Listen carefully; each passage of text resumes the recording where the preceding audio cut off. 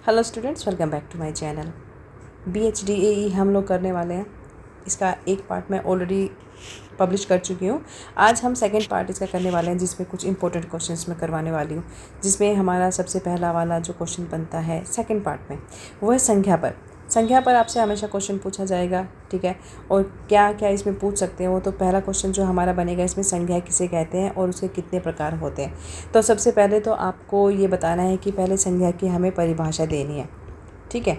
परिभाषा के बाद आपको उसके प्रकार बताने हैं। एक तरह से इस क्वेश्चन को आपने 2 पार्ट्स में डिवाइड करके बनाना है, ठीक है। यहाँ तक तो हम परिभाषा में लिखेंगे कि संख्या क्या होती है। किसी व्यक्ति, वस्तु, स्थान, उसके गुण, भाव, क्रिया, द्रव्य आदि का जो ज्ञान करवाते हैं, उन शब्दों को या उस नाम को हम क्या बोलते हैं, संख्या बोलते हैं, ठीक है।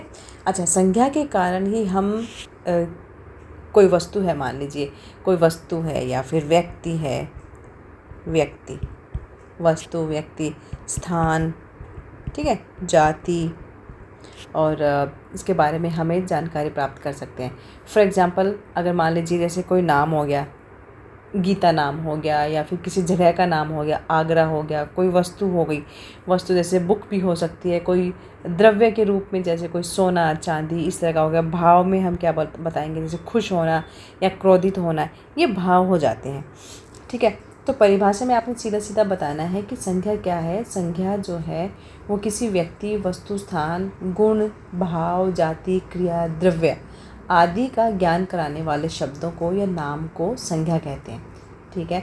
अच्छा, अब संख्या के कितने प्रकार होते हैं, ये तो हमने परिभाषा दे दिया। अब हमें लिखने हैं इसके प्रकार। तो यहाँ पर हम बात करेंगे सबसे पहले संख्या के प्रकार, कितने प्रकार के होते हैं। तो पहला आपको पता होगा, संख्या 2 प्रकार की होती है, प्राणीवाचक, ठीक है, और सेकंड है अप्राणीवाचक, ठीक है। तो इनका हम बात बता देते हैं। प्राणीवाचक क्या होती है, जो किसी जीव या किसी प्राणी को दर्शाए। जीव या प्राणी तो वो होते हैं जो जिंदा होते हैं, लिविंग थिंग्स के बारे में। जैसे आप कोई नाम ले सकते हैं कि गीता के बारे में बता सकते हैं, गीता, मोहन, ठीक है, या फिर घोड़ा, कोई भी, ये हो गया इस तरह से प्राणीवाचक, ठीक है। अप्राणीवाचक होते हैं जो निर्जीव वस्तुएं होती हैं। निर्जीव वस्तु हो गया, या स्थान हो गया, स्थान भी तो निर्जीव ही होते हैं ना, स्थान, वस्तु। इसमें एग्जाम्पल आप लिखेंगे, फॉर एग्जाम्पल पुस्तक, ठीक है, टेबल, नदियाँ, पहाड़, गॉट इट।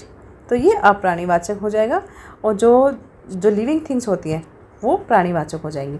इसके अलावा संख्याएं जो है वो गणना के आधार पर भी की जाती हैं। फॉर एग्जाम्पल, गणना के आधार पर कैसे, गणना के आधार पर करेंगे कि गणनीय संख्याएं जिसको बोलते हैं, जिन्हें गिना जा सकता है, जैसे कि मेज, 2 मेज, 4 कुर्सियाँ, ठीक है। जहाँ पर संख्या आती है ना, वहाँ पर आप गणनीय संख्या बोलेंगे हम उसको।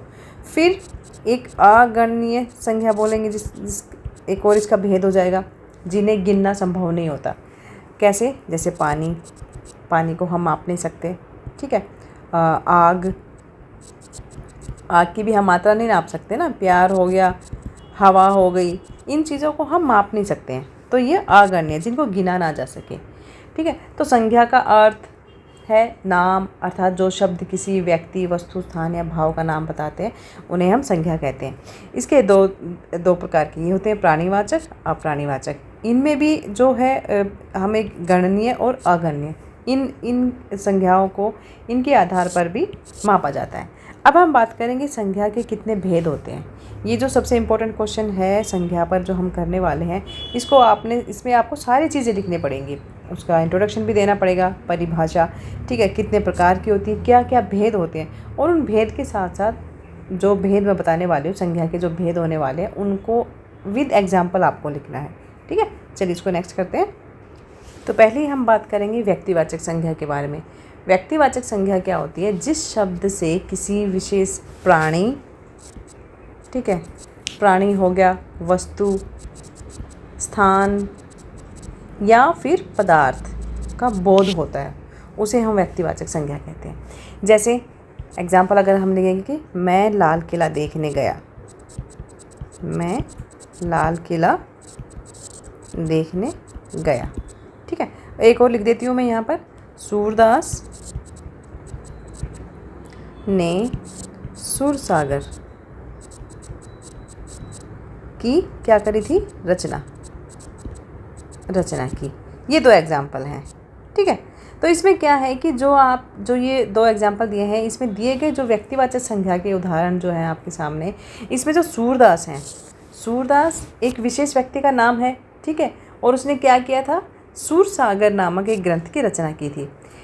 दूसरे एग्जाम्पल में जो लाल किला है, लाल किला भी एक विशेष भवन का नाम है, एक मतलब फेमस बिल्डिंग का नाम है जिसको सब जानते हैं, स्थान का नाम हो गया।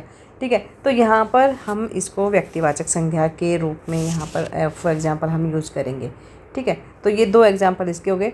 सेकंड जो आता है एक व्यक्तिवाचक हो गया हमारा ए, बी में करेंगे हम हमारा जातिवाचक संज्ञा के बारे में बात करेंगे, जातिवाचक संज्ञा।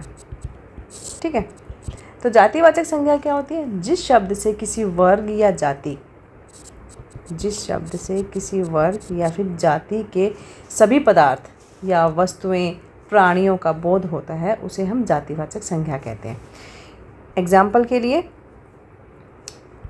एग्जाम्पल मैं लिख देती हूँ, जैसे फूलों पर भंवरे और तितलियाँ मंडरा रहे हैं। ठीक है, एक एग्जाम्पल ये हो गया हमारा। सेकंड एग्जाम्पल कि बच्चे मैदान में खेल रहे हैं। ठीक है, मैदान में गेंद से खेल रहे हैं, कंप्लीट हो जाएगा। ये हो गया। तो इसमें हम कैसे जातिवाचक संज्ञा को हम कैसे बताएंगे, इसमें कि जो जातिवाचक संज्ञा के जो उदाहरणों में एक तो भंवरे हो गया। ठीक है, भंवरे, तितलियाँ, बच्चे। ठीक है, ये सारे के सारे क्या है, विशेष प्राणियों का यहाँ पर बोध हो रहा है कि बच्चे, भंवरे, तितलियाँ ये विशेष प्राणी हो गए। ठीक है, इसके साथ साथ इनका ये तो खैर ये तो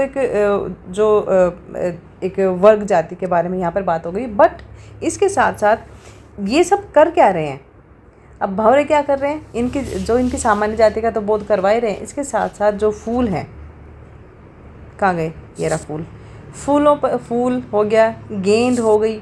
ठीक है, मैदान हो गया, ये हो गई विशेष वस्तु या स्थान के नाम का हमें बोध न कराकर उनकी जो सामान्य जाति का बोध कराते हैं। ठीक है, इसीलिए ये सभी नाम जो है वो जातिवाचक संज्ञा है के रूप में हम यूज़ करते हैं। ठीक है, थर्ड हमारा आता है भाववाचक संज्ञा। ये तो हम नाम से ही पता चल गया आपको, भाववाचक का नाम मतलब से क्या होता है कि जो हम किसी भी वस्तु, स्थान या उस वस्तु के गुण, दशा, भाव या किसी स्थिति का बोध कराते हैं, उसे भाववाचक संज्ञा कहते हैं। तो मैं यहाँ पे लिख देती हूँ, किसी व्यक्ति, वस्तु, स्थान, ठीक है, उसके गुण, दशा और भाव का बोध करवाते हैं, उनको भाववाचक संज्ञा कहते हैं। कैसे, अगर एग्जाम्पल लिखें तो एग्जाम्पल में आप लिख सकते हैं, खेतों की हरियाली, खेतों की हरियाली और सुंदरता क्या कर लेती है, मन मोह लेती है। सेकंड लिख देते हैं, गीता के दादाजी काफ़ी कमज़ोर हैं। ठीक है, तो ये जो संज्ञा के जो 2 उदाहरण हैं, इसमें हरियाली और सुंदरता ये भाव बताया जा रहा है ना। उसके बाद कमज़ोर, ये जो है ये किसी गुण या विशेषता के साथ साथ भाव दर्शा रहे हैं और दशा के नाम हैं। ठीक है, दशा क्या है कि जो गीता के दादाजी हैं उनकी क्या दशा है, कमज़ोर हैं, और जो खेतों की क्या दशा दिखा रहे हैं यहाँ पर, उसकी हरियाली और खूबसूरती। तो भाववाचक संज्ञा के ये उदाहरण हो जाएंगे जो किसी भी व्यक्ति, वस्तु, स्थान के दशा, भाव और उसके गुण आदि के बारे में बताते हैं, वो भाववाचक संज्ञा हो जाती है। इसके साथ साथ एक और भाव हम यहाँ पर लिखने वाले हैं, भाव नहीं, एक और पार्ट हम लिखेंगे जिसको बोलते हैं द्रव्यवाचक संज्ञा। द्रव्यवाचक संज्ञा, जैसे हमने ऊपर पढ़ा था ना, यहाँ पर ये जो गणनीय और अगणनीय, इसी तरह का यहाँ पर ये हो जाएगा आपका द्रव्यवाचक संज्ञा। इसमें क्या होता है कि जिस संज्ञा शब्द से किसी पदार्थ का बोध होता हो, किसी पदार्थ का बोध होता हो, यहाँ वस्तु वगैरह कुछ नहीं आ रहे, किसी पदार्थ का बोध होता है उसे द्रव्यवाचक संज्ञा कहते हैं। जैसे सोना हो गया, चांदी, ठीक है, तांबा, लोहा, आप कितने भी उदाहरण लिख सकते हो। फिफ्थ हम लिखेंगे समुदायवाचक, समुदायवाचक संज्ञा। अब ये क्या होता है? समुदायवाचक या समूहवाचक भी बोल सकते हैं आप इसको। तो जिस संज्ञा शब्द से किसी समूह या समुदाय का बोध होता है उसे समूह या समुदाय, ठीक है, कम्युनिटी का बोध होता है उसे समुदायवाचक संज्ञा कहते हैं। जैसे समूह, पहले तो ये पता होना चाहिए कि समूह का मतलब होता है जहाँ ज़्यादा लोग होते हैं, एक कम्युनिटी, एक से ज़्यादा जहाँ पर लोग होते हैं। जैसे सेना हो गई, भीड़ हो गई, ठीक है, फैमिलीज़ हो गई, परिवार, और दल, ये एग्जाम्पल इसके हो जाएंगे समूहवाचक के, ठीक है। तो ये हमारे, चलिए मैं इसमें थोड़े से और एग्जाम्पल दे देती हूँ, थोड़ा सा आपको और क्लियर हो जाएगा उससे। इसके साथ साथ अगर आपको ये जो मैंने उदाहरण लिखे हैं इसमें ये आपको याद रह जाते हैं तो बहुत अच्छी बात है, वरना आप अपने खुद से भी एग्जाम्पल बना के वहाँ पर लिख सकते हो और इस तरह से आप अपना जो भाववाचक संज्ञा हो गया, व्यक्तिवाचक संज्ञा हो गया, इसके उदाहरण आप अपने हिसाब से भी बना के लिख देना, ठीक है। ये सिर्फ एग्जाम्पल के लिए हैं ताकि आप लोगों को क्लियर हो सके। चलिए, समुदायवाचक संज्ञा में हम जैसे हर वो चीज़ या वो समूह जिसकी संख्या जो है वो गिनी नहीं जा सकती, ठीक है, अगणनीय होता है, उसमें हम समुदायवाचक संज्ञा में उन एग्जाम्पल्स को हम लोग लिख सकते हैं, ठीक है। द्रव्यवाचक में, द्रव्य क्या होता है? लिक्विड होता है, तरल पदार्थ। तो तरल पदार्थ को हम नाप नहीं सकते हैं, हम उसकी संख्या नहीं नाप सकते, जिसमें सोना, चांदी, तांबा, लोहा या पानी, इन सारी चीज़ों को हम इसमें काउंट कर सकते हैं। फॉर एग्जांपल हम, मतलब ये उदाहरण हो गए इन चीज़ों के, ठीक है। इसके बाद आप अपना निष्कर्ष लिख देना, निष्कर्ष लिख के इस क्वेश्चन को कंप्लीट कर देंगे। नेक्स्ट देख लेते हैं। नेक्स्ट हमारा जो इम्पोर्टेंट क्वेश्चन होने वाला है वो सर्वनाम पे आता है। सर्वनाम पे भी आपसे हमेशा क्वेश्चन पूछा जाता है एग्ज़ाम में, तो ये हम कर लेते हैं। इसमें आपसे क्वेश्चन पूछा जा सकता है कि सर्वनाम की परिभाषा दें और उसके कितने प्रकार होते हैं, ये आपको बताना है, ठीक है। तो सबसे पहले हम लिखेंगे परिभाषा। सर्वनाम की परिभाषा क्या होती है कि जिस शब्द का प्रयोग संज्ञा के स्थान पर किया जाता है, क्या किया जाता है? संज्ञा के स्थान पर जिस शब्द का प्रयोग किया जाता है उसे क्या बोलते हैं? सर्वनाम कहते हैं। जब किसी वाक्य के बारे में बार बार एक ही संज्ञा या फिर नाम, ठीक है, जब किसी वाक्य के बारे में बार बार एक ही संज्ञा का या एक ही नाम का प्रयोग होता है तो भाषा जो है ना वो अस्वाभाविक और थोड़ी सी बोरिंग सी लगने लगती है। तो ऐसे में होता क्या है कि उस संज्ञा के स्थान पर सर्वनाम का प्रयोग किया जाता है, जिससे भाषा में सहजता और संक्षिप्तता आती है, ठीक है। इसीलिए सर्वनाम का यूज़ करते हैं हम हिंदी में। फॉर एग्ज़ाम्पल, गीता मेरी बहन है, गीता 5वीं कक्षा में पढ़ती है, गीता कक्षा में प्रथम आती है। तो यहाँ पर तीनों सेंटेंस में जो गीता नाम जो है ये बार बार इस शब्द को दोहराया गया है। तो इससे क्या होता है ना कि ये जो पुनरावृत्ति है, जब बार बार एक शब्द दोहराया जाता है तो उसको बोलते हैं पुनरावृत्ति। तो ये जो पुनरावृत्ति भाषा की स्वाभाविकता को थोड़ा सा क्या कर देती है? बाधित कर देती है, ठीक है। तो हमें अगर देखा जाए तो इन्हें, ये जो 3 जो सेंटेंस लिखे हैं इनको एक ही सेंटेंस में हम ठीक से कैसे लिखेंगे कि गीता मेरी बहन है, वो 5वीं कक्षा में पढ़ती है, वो अपनी कक्षा में प्रथम आती है। तो ये जो है ना ये ज़्यादा थोड़ा सा प्रैक्टिकल भी लगता है, स्वाभाविक भी लगता है और पढ़ने में प्रभावशाली भी प्रतीत होता है। तो यहाँ पर जो वह जो हम बात कर रहे हैं ना कि वह, अब गीता को हमने वह की जगह पर चेंज कर दिया, तो वह जो है वो सर्वनाम है। Got it? सो जो मोहन है, जो गीता है वो संज्ञा है और जो वह हमने लगा दिया यहाँ पर, ये सर्वनाम हो गया। तो संज्ञा के स्थान पर जो शब्द हम यूज़ कर रहे हैं उसको हम सर्वनाम बोलते हैं, ठीक है। ठीक है। सर्वनाम का महत्व क्या होता है, थोड़ा सा महत्व के बारे में बात कर लेते हैं, क्या इम्पोर्टेंस है इसकी। तो महत्व के बारे में आप सिर्फ इतना सा लिखेंगे कि सर्वनाम जो है वो भाषा को अधिक क्या बना देता है, सहज बना देता है, स्वाभाविक, बोरिंग नहीं लगने देता ना, स्वाभाविक सी, संक्षिप्त, कि हम एक लंबी बात को, एक लंबे सेंटेंस को हम छोटा करके लिख सकते हैं और उस सेंटेंस का मीनिंग भी हम बता सकते हैं। तो इसलिए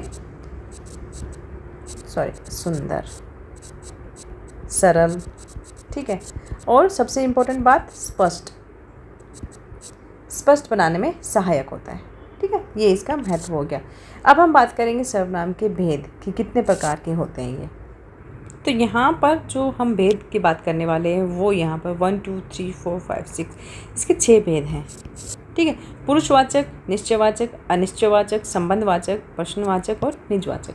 तो सबसे पहले तो पुरुषवाचक के बारे में बात कर लेते हैं। पुरुषवाचक वो सर्वनाम होते हैं जो किसी व्यक्ति या वस्तु को संकेत करता है, जैसे मैं, ठीक है, तू, हम, वो सब, ठीक है। निश्चयवाचक क्या होते हैं? निश्चयवाचक वो सर्वनाम होते हैं जो किसी निश्चित व्यक्ति, वस्तु हो गया, स्थान हो गया, इनकी ओर क्या करता है, संकेत करता है। जैसे यह, वही, ठीक है, ऐसा, या फिर यही। ये हो गए हमारे एग्जाम्पल्स। इन सब को मैं बाद में डिटेल में बताने वाली हूँ। ये मैं थोड़ा सा आपको सिर्फ डेफिनेशन बता रही हूँ अभी। तो अनिश्चयवाचक सर्वनाम वो होते हैं जो किसी अनिश्चित व्यक्ति, नाम से ही पता चल रहा है ना, अनिश्चित व्यक्ति या फिर वस्तु का बोध करवाते हैं, ठीक है। जैसे कोई हो गया, कुछ, है ना, प्रत्येक मतलब कितने, इसमें कोई निश्चित संख्या नहीं है, ठीक है। सब, कौन सब, तो ये इस तरह से अनिश्चितता जहाँ पर दर्शाई जाती है, ओके। फिर नेक्स्ट आता है हमारा संबंधवाचक। संबंधवाचक सर्वनाम वो होते हैं जो वाक्य में क्या करते हैं, संबंध को दर्शाता है और उसको 2 भागों में जोड़ देता है,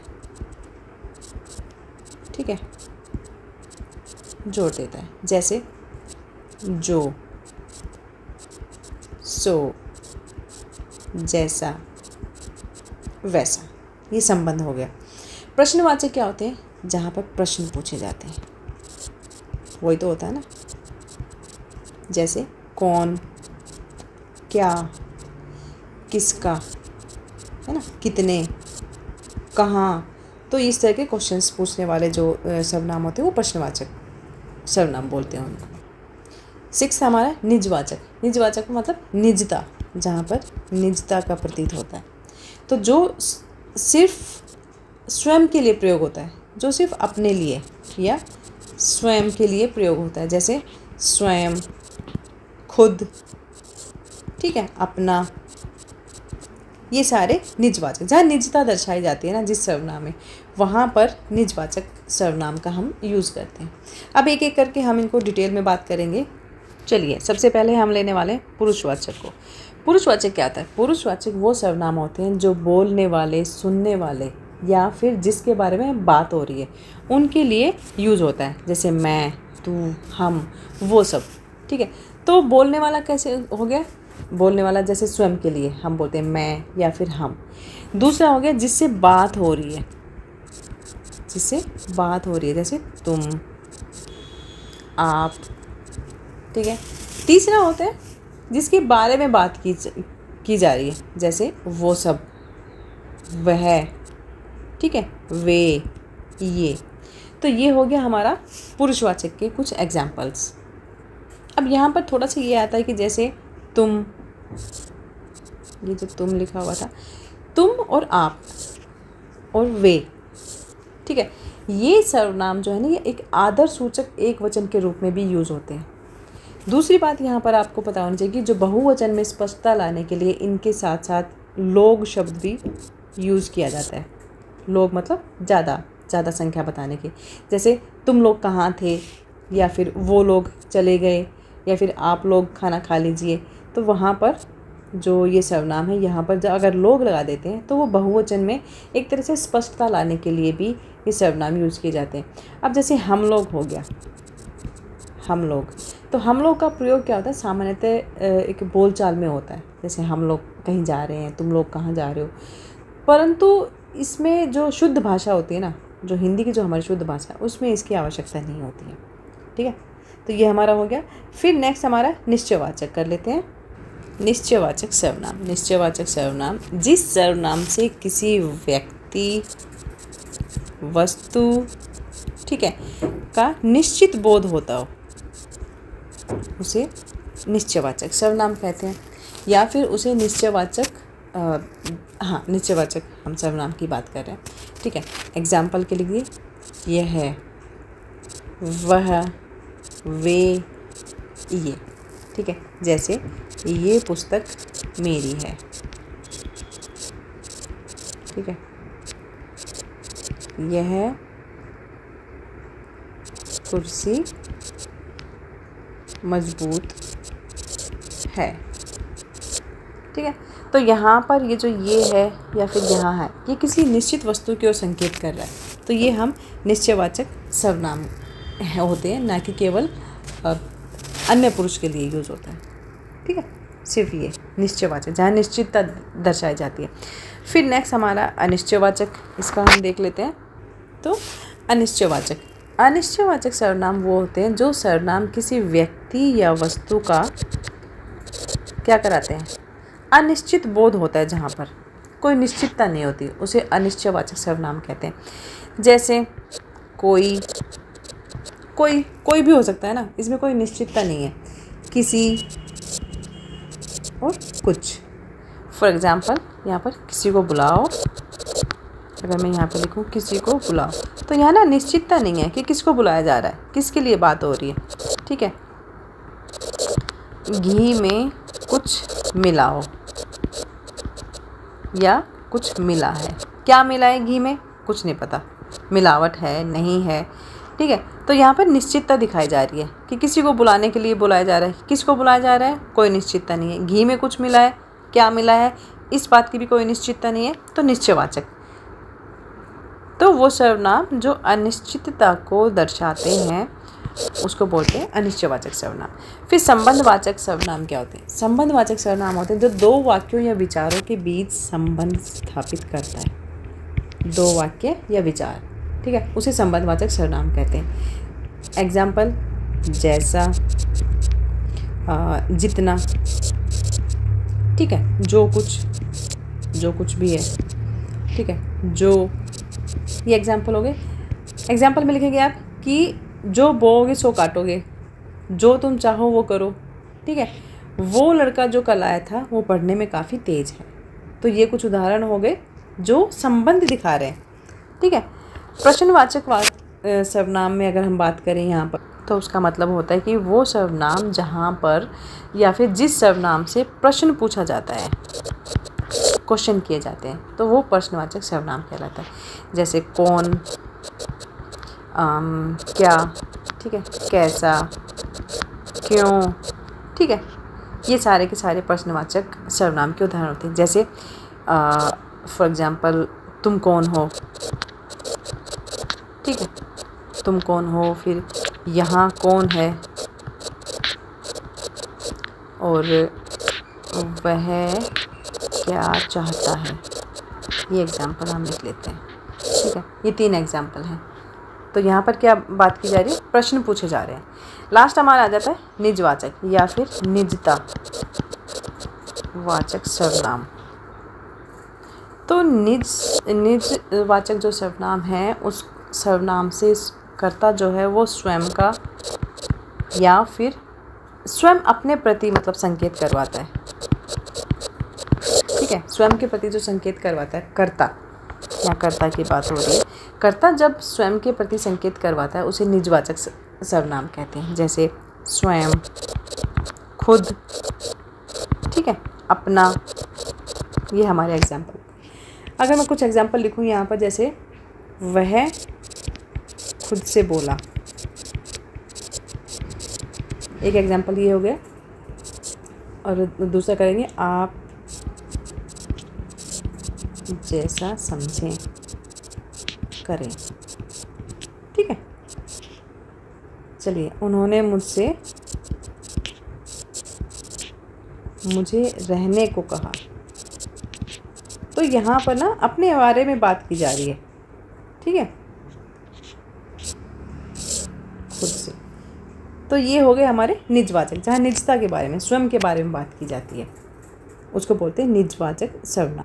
इसके साथ साथ सर्वनाम के रूपांतर होते हैं, जैसे लिंग हो गया, वचन हो गया। ठीक है, कारक के अनुसार सर्वनाम का अगर हम यूज़ करें तो क्या करेंगे, अधिकांश सर्वनामों में ना रूप परिवर्तन नहीं होता है, अर्थात वे लिंग, वचन और कारक के अनुसार सामान्यतः एक ही रूप में रहते हैं, उनका कुछ उसमें चेंज नहीं होता है। जैसे कि वह गाती है। ठीक है, यह गाती है। तो यहाँ पर जो एग्जाम्पल है यह, या फिर यह का जो रूप है वो समान है, केवल क्रिया में लिंग के अनुसार परिवर्तन हुआ है। ठीक है, गाती है या गाता है, ये सब चेंज हुआ है, लिंग चेंज हुआ है, लेकिन जो यह का जो रूप है, यह या वह, वो यहाँ पर सेम है। ठीक है, वो चेंज नहीं हुआ है। तो ये हमारा क्वेश्चन हो गया सर्वनाम का। इसके बाद आप थोड़ा सा निष्कर्ष लिख देना, हमेशा की तरह मैं बताती हूँ आपको। बस ये हमारा क्वेश्चन यहाँ पर कंप्लीट हो जाता है। अब जो बाकी के इंपॉर्टेंट क्वेश्चंस हैं वो मैं नेक्स्ट पार्ट में लाने वाली हूँ, कल तक वो वीडियो आ जाएगी। तब तक के लिए take care and bye bye.